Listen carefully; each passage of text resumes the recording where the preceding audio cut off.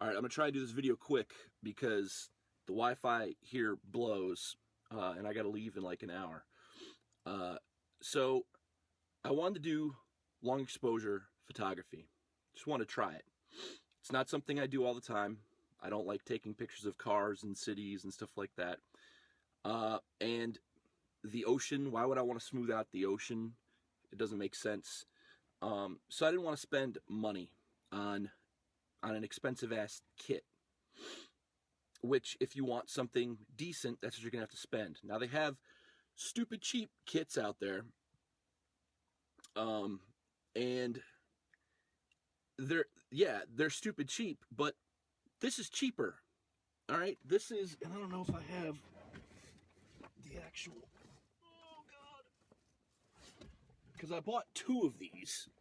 This plate was like $2 and something cents at Lowe's. All right, it's a 10-stop welding glass filter. And I already had the UV filter that you see super glued to it, crazy glued to it.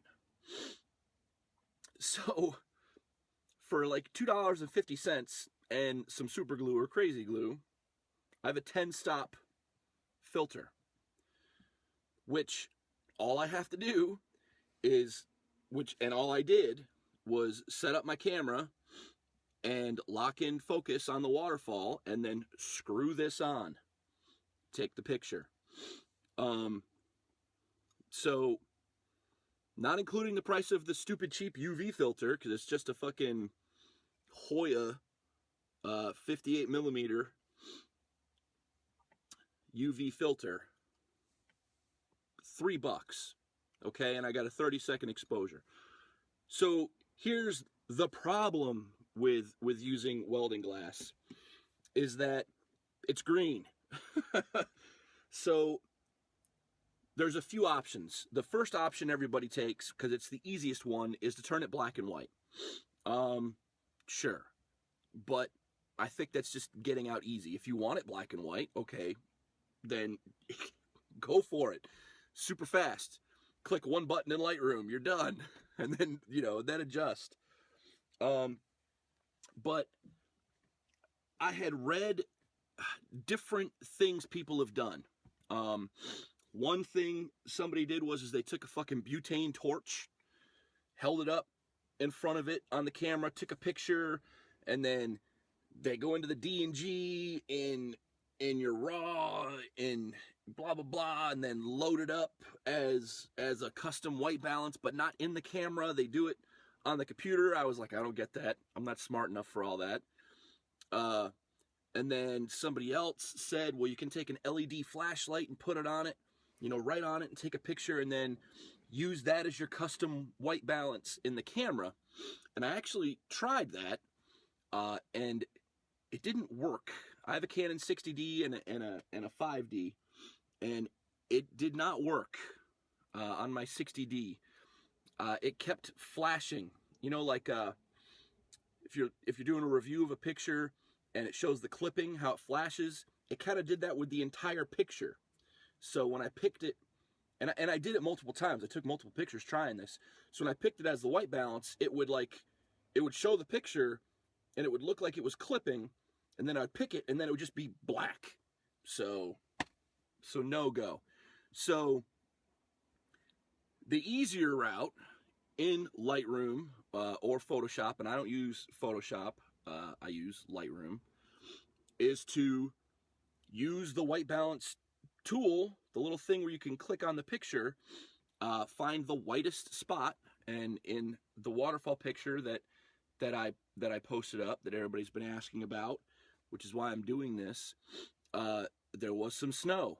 So I picked the whitest spot of the snow, the lightest green, clicked on it, and then I adjusted the temperature and the tint, and then I went into the hues, and I adjusted the aqua and the green and the blue, to try and get the white balance correct. My first time, a couple people were like, it looks kind of blue to me. And then a couple other people were like, well, it's winter, it's daytime, it should be blue. It doesn't look blue to me. But the problem is I like to up especially with nature photography, landscapes, I like to up the saturation and the vibrance to make the colors pop, and then I bring up the contrast because I really want everything to pop in the picture. So using this green tinged glass, once I got my white balance where I wanted it, okay, that was great, but the picture was dull. So how do I make the colors pop without oversaturating the rest of it?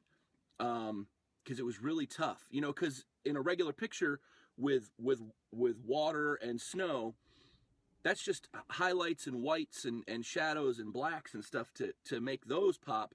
And then I can bring up the saturation and the vibrance for the trees and the rocks and everything else.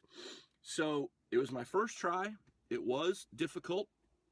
But for someone, if you're like me and you're on the cheap and you want to try some long exposure photography without having to try the rubber band setup where it's not really on the lens, it's just sitting on the lens, it's not connected. So then you have to worry about light leakage. So you got to wrap it up and do whatever else.